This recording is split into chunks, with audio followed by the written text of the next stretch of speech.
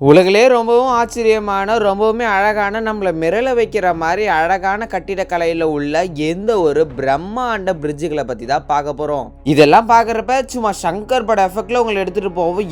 இப்படிலாம் கட்டியிருக்காங்கன்னு கேட்டால் ரொம்பவுமே ஆச்சரியப்படுவீங்க. ஸோ இதை பற்றியெல்லாம் நம்ம எக்ஸ்பிளைனாக இந்த ஒரு வீடியோவில் பார்க்கலாம். ஸோ வாங்க எப்பயும் போல டைம் மிஸ் பண்ணாமல் வீடியோக்குள்ளே போகலாம். இந்த ஒரு வீடியோவில் நம்ம முதல்ல பார்க்க போகிற பிரிட்ஜ் பேர் தான் the Golden Bridge of San Francisco. San பிரான்சிஸ்கோவில் உள்ள எந்த ஒரு கோல்டன் பிரிட்ஜு ரொம்பவுமே சூப்பராக இருக்கும். முடிஞ்ச வரைக்கும் நீங்கள் ஹாலிவுட் படத்தில் நிறைய இடத்துல எந்த ஒரு பாலத்தை பார்த்துருப்பீங்க. எந்த ஒரு பாலம் பேர் தான் தி கோல்டன் பிரிட்ஜ். இந்த ஒரு பாலம் எங்கே இருக்குன்னு பார்த்தீங்கன்னா கலிஃபோர்னியாவில் உள்ள சான் பிரான்சிஸ்கோவில் தான் இருக்குது. இது வெறும் பிரிட்ஜ் மட்டும் கிடையாது, அதாவது சான் பிரான்சிஸ்கோட ஒரு அடையாளமே எந்த ஒரு பிரிட்ஜை சொல்லிட்டு வராங்க. இந்த ஒரு பிரிட்ஜுக்கு பின்னாடி இருக்கிற ரொம்பவுமே சுவாரஸ்யமான விஷயம் என்னன்னா, சான் பிரான்சிஸ்கோ விரிகுடா பசிபிக் பெருங்கடலை இணைக்கிறது தான் எந்த ஒரு கோல்டன் கேட் பாலம். இந்த ஒரு கோல்டன் பிரிட்ஜ் நார்மலான ஒரு அடையாளம் கிடையாதுங்க, விடாமுயற்சின்னு ஒரு அடையாளமாக தான் எந்த ஒரு கோல்டன் பிரிட்ஜ் வந்து அங்கே பேசப்படுது. ஏன்னா இது கட்டுறதுக்கு அவ்வளோவா கஷ்டப்பட்டு இருக்காங்க. கஷ்டப்படுறதுன்னு சொல்கிறதுக்கு பதிலாக கஷ்டப்பட்டு அவங்க உழைப்பு போட்டிருக்காங்க. அவ்வளோ உழைப்பு போட்டதுனால தான் எந்த ஒரு பிரிட்ஜ் இன்னைக்கு வரைக்குமே பேசப்பட்டுக்கிட்டு இருக்கு. அதாவது இந்த ஒரு பாலம் கட்டுறது வந்து எப்போ வந்து ஸ்டார்ட் பண்ணாங்க பார்த்தீங்கன்னா 20th செஞ்சுரி முற்பகுதியிலே வந்து ஸ்டார்ட் பண்ண ஆரம்பிச்சுட்டாங்களாம். அது மட்டும் இல்லாமல் 1933ஆம் ஆண்டு ஜனவரி 5ஆம் தேதி அதிகாரப்பூர்வமாக எந்த ஒரு கட்டடப் பணிகளை வந்து தொடங்கவும் ஆரம்பிச்சுட்டாங்களாம். அதாவது இந்த ஒரு பாலம் அந்த காலத்தில் கட்டுறப்ப கிட்டத்தட்ட $35 மில்லியன் செலவாயிருக்கான். அதுவே நம்ம இந்திய மதிப்பு பார்த்தா கிட்டத்தட்ட 3.5 கோடிக்கு மேலே செலவாயிருக்கா இந்த ஒரு பிரிட்ஜு கட்ட. அதுவே இந்த ஒரு பிரிட்ஜோட இந்திய நிலைமை காஸ்ட் எவ்வளோன்னு பார்த்தீங்கன்னா கிட்டத்தட்ட 63 மில்லியனை தாண்டுது. 610 மில்லியன் கிட்ட வருதான். இன்னொரு ஆச்சரியமான விஷயம் என்னன்னு பார்த்தீங்கன்னா 1964 1998 வரைக்குமே ரொம்பவுமே உயரமான மற்றும் நீளமான பாலம் அப்படின்ற பேரை வாங்கினது இந்த ஒரு கோல்டன் பிரிட்ஜ் தானா. இந்த பாலத்தோட முக்கியமான இடைவெளி வந்து பார்த்தீங்கன்னா 1280 மீட்டரு அதோட மொத்தம் உயரம். அதாவது இந்த பிரிட்ஜில் அடிக்கடி வந்து பார்த்தீங்கன்னா அலங்காரம் பண்ணிக்கிட்டே இருப்பாங்களாம். அது பார்க்க ரொம்பவுமே சூப்பராக இருக்குமா. இந்த பிரிட்ஜு பக்கத்துலேருந்து ஃபோட்டோ எடுக்க ரொம்பவுமே சூப்பராக இருக்குமா. அதுவும் நைட் டைம்லலாம் லைட்ஸ்லாம் போட்டாங்கன்னு வச்சுக்கோங்க, சும்மா வேறே லெவலாக இருக்குமா பார்க்க. இந்த ஒரு பாலம் எவ்வளோ ஃபேமஸ்ன்னு பார்த்தீங்கன்னா மில்லியன் கணக்கான சுற்றுலா பயணிகள் வந்து ஈர்க்கும் கட்டிடக்கலையாக இருக்குமா. அதாவது இப்போ சென்னைக்கு வந்தால் ஏதாவது மெரினா பீச் பார்க்குற மாதிரி, தஞ்சாவூர் போனால் எப்படி பெரிய கோயிலை பார்க்குற மாதிரி இந்த ஒரு இடத்துக்கு போனீங்கன்னா இந்த பிரிட்ஜை பார்க்காம நீங்கள் வர முடியாது. ஏன்னா அந்த ஒரு பிரிட்ஜ் அவ்வளோ அளவு ஃபேமஸாக அந்த ஒரு நாட்டில். இந்த ஒரு வீடியோவில் நம்ம ரெண்டாவதாக பார்க்க போகிற பாலம் பேர் தான் தி வில்லியமர் அடிக்வேட். வாயில் ப்ரொனவுன்ஸ் பண்ண வரலாம், கீழே லெட்டர்ஸோட போட்டு காமிக்கிறோம், பார்த்துக்கோங்க. இந்த ஒரு பாலத்தை நிறைய பேர் இன்ஸ்டாகிராம் ரீல்ஸில் இன்னும் வேறு ஏதாவது யூடியூப் சேனல்லே பார்த்துருப்பீங்க. ரொம்பவுமே ஃபேமஸ். ஆனால் எந்த ஒரு பாலம் இதுக்கு நடுவில் இருக்கிற இந்த ஒரு கேப்பால் தான் பேரே வந்திருக்கு.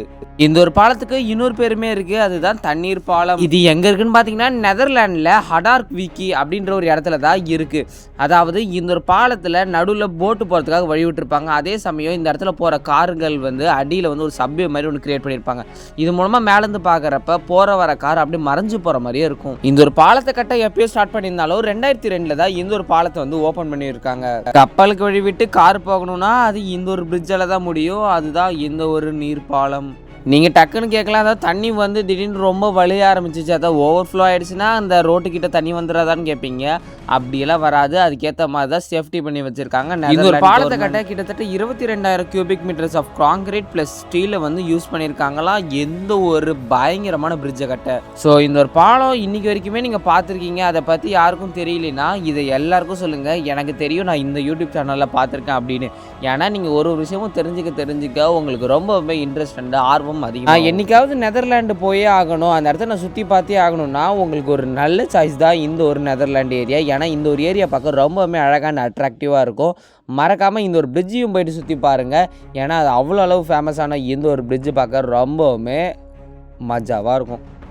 இந்த ஒரு வீடியோவில் நம்ம மூணாவதாக பார்க்க போகிற பிரிட்ஜ் பேர் தான் தி ஹெலிக்ஸ் பிரிட்ஜ் ஆஃப் சிங்கப்பூர். சிங்கப்பூரில் உள்ள எந்த ஒரு ஹெலிக்ஸ் பிரிட்ஜ் பார்க்க நம்ம டிஎன்ஏ மாதிரியே தான் இருக்கும். ஏன்னா இதோட ஆர்கிடெக்சர் அப்படி தான் வடிவமைக்கப்பட்டிருக்கு. அதாவது இந்த பிரிட்ஜை இப்போ தான் ஹெலிக்ஸ் பிரிட்ஜுன்னு கூப்பிடுறாங்க. ஆனால் இதுக்கு முன்னாடி வந்து பார்த்திங்கன்னா டபுள் ஹெலிக்ஸ் பிரிட்ஜ் அப்படின்னு தான் வந்து அழைக்கப்பட்டிருக்கு. சிங்கப்பூரில் உள்ள ஒரு ரொம்பவுமே அடையாளமான ஒரு விஷயம்னே சொல்லலாம். இந்த ஒரு பிரிட்ஜ் பார்க்க அப்படியே எந்திரன் படத்தில் கிளைமேக்ஸ் சீனில் வர சில இடங்கள் மாதிரியே தான் இந்த ஒரு ஹெலிக்ஸ் பிரிட்ஜ் இருக்கும். இது வந்து எங்கே இருக்குன்னு பார்த்தீங்கன்னா Marina centre with Marina south area, Marina bay, அந்த மாதிரியான மெரினா அப்படின்ற இடத்துல தான் இருக்குது. சென்னை மெரினா கிடையாது, சிங்கப்பூர் மெரினா. அதாவது இந்த ஒரு ஹெலிக்ஸ் பிரிட்ஜை எப்போ ஓப்பன் பண்ணுறாங்கன்னு பார்த்தீங்கன்னா 24 ஏப்ரல் 2010 அப்போ தான் இந்த ஒரு பிரிட்ஜை ஓப்பன் பண்ணுறாங்க. அதுவும் ஃபுல்லெல்லாம் திறக்க இல்லைங்க, பாதி இடத்த மட்டும் தான் திறந்து வச்சுருக்காங்க. ஏன்னா இன்னும் பாதி இடம் வந்து பார்த்தீங்கன்னா கன்ஸ்ட்ரக்ஷன் ஒர்க்கால் போயிட்டு இருந்தது. சரி எனக்கு இதெல்லாம் வேணாப்பா, எப்படா இந்த பிரிட்ஜை ஃபுல்லாக திறந்தாங்க அப்படின்னு கேட்டிங்கன்னா 2010 18 ஜூலையில் தான் இந்த ஒர்க்கு ஃபுல்லாக முடிச்சு ஓப்பன் பண்ணியிருக்காங்க. இந்த ஒரு டிசைனை இன்றைக்கி வரைக்குமே நிறைய பேர் பேசப்பட்டிருக்காங்க. இதை கட்டினவங்க வந்து பார்த்திங்கன்னா ஆஸ்திரேலியன் ஆர்கிடெக்ட்ஸ் அப்படின்ற கோ ஆர்கிடெக்சர் அண்டு இன்ஜினியர்ஸ் அரப் அப்படின்றவங்க தான். அதாவது முழுக்க முழுக்க ஸ்டீல் அண்ட் கிளாஸை யூஸ் பண்ணி கட்டப்பட்டிருக்க எந்த ஒரு கண்ணாடி பாலம்னு கூட சொல்லலாம். சிங்கப்பூரில் இன்றைக்கி வரைக்குமே ஐகானிக் இடங்கள் எவ்வளோ இருந்தாலும் எந்த ஒரு மெரினா பே கிட்ட இருக்கிற எந்த ஒரு பிரிட்ஜை வந்து மிஸ் பண்ணிடாதீங்க. ஏன்னா ரொம்பவுமே அட்ராக்டிவாக இருக்கிற டூரிஸ்ட் பிளேஸில் இது ஒன்று. அதுவும் நைட் டைம்லாம் வந்துட்டுனா போதும், ரொம்பவுமே கலர் லைட்ஸாக விட்டு சும்மா கலக்குவாங்க சிங்கப்பூர் கவர்மெண்ட்ஸ்.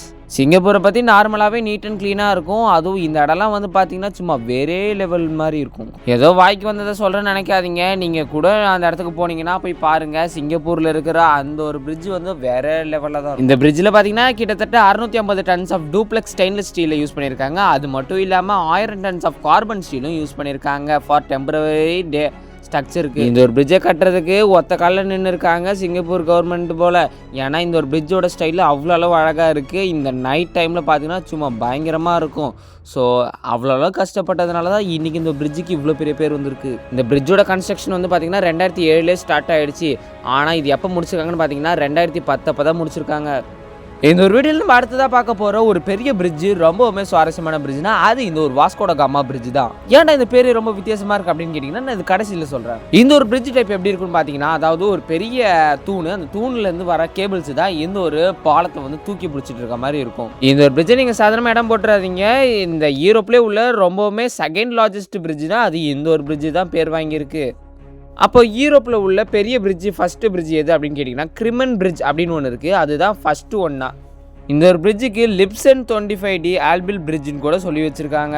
இந்த பிரிட்ஜோட கன்ஸ்ட்ரக்ஷன் ஒரு 1995 ஸ்டார்ட் பண்ணியிருக்காங்க. பட் இது ஓப்பன் பண்ணது 29 மார்ச் 1998, கிட்டத்தட்ட 3 வருஷம் ஆயிருக்கு.